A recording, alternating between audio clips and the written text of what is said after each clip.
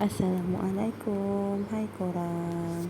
Okey, hari ni aku nak buat roti sardin. Korang tak tahulah, korang mesti pernah makan punya lah kalau kat sekolah dulu-dulu kan, roti sardin makcik kantin tu. Roti sardin itu kan sedap, ada tepung rangup-rangup tu. Aku teringin sangat nak makan. Aku pernah buat tapi tak jadi. Hari tu aku try buat sekali. Oh, jadi aku dah tahu dah dia punya resepi dia punya tepung dia macam mana. Tu semua bahan-bahan dia lah. Aku pakai food processor je ni. Food processor ke blender ke apa tak tahu lah ni. Aku beli dengan kawan aku. Blender dia semua sekali dengan kentang apa semua. Sebabnya nak benda tu cepat empuk kan. Jadi pun kita tak banyak apa pakai inti. Pakai sikit-sikit je. Aku potong 2 roti tu. So aku pakai ibu sambal tu, yang tumis tu. Ibu sambal tu aku dah buat siap-siap dah. Lepas tu bubuh air bagi dia empuk. Kau campakkan dah sardin kau tu, pakailah brand apa-apa pun. Aku ni malas nak hancurkan dalam bekas. Jadi aku hancurkan di atas kuali.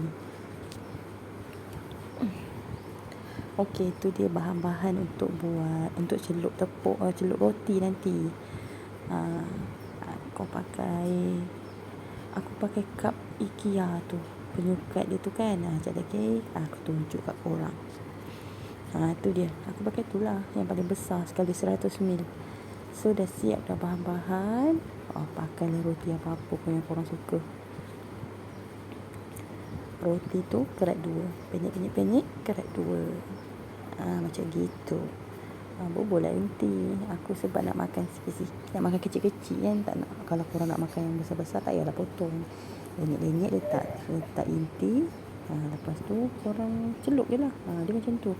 Dia kena buat on the spot. Kau tak boleh kau tepek dulu inti, kau buat dulu siap-siap baru kau tepek tu. Nanti dia tercabut kan. Kalau macam ni aku tak payah pakai gam pun. Tekan terus masukkan dalam tepung, terus goreng. Sedapnya makan panas-panas, rangup-rangup tepung dia tu. Aku ni dah 2 kali dah buat. Kali ni aku buat sebuku roti. Bagi jiran-jiran sekali. Itu orang memang suka tukar-tukar pinggan. Rumah aku ni ada 3 pintu. Satu pintu lagi tak ada orang. Jadi kita memang suka tukar-tukar petang-petang kan, minum-minum petang, makan malam. Kadang buat tapi buat banyak. Seronok ni. Kau tengok tekstur dia. Sedapnya. Aku buat tunjuk lagi sekali. Gitu. Sedap pedas pula inti dia. Tu dah siap dah. Korang boleh try tau. Sedap tau resipi ni, makan petang-petang. Okay korang, don't forget to subscribe. Thank you for watching. Bye.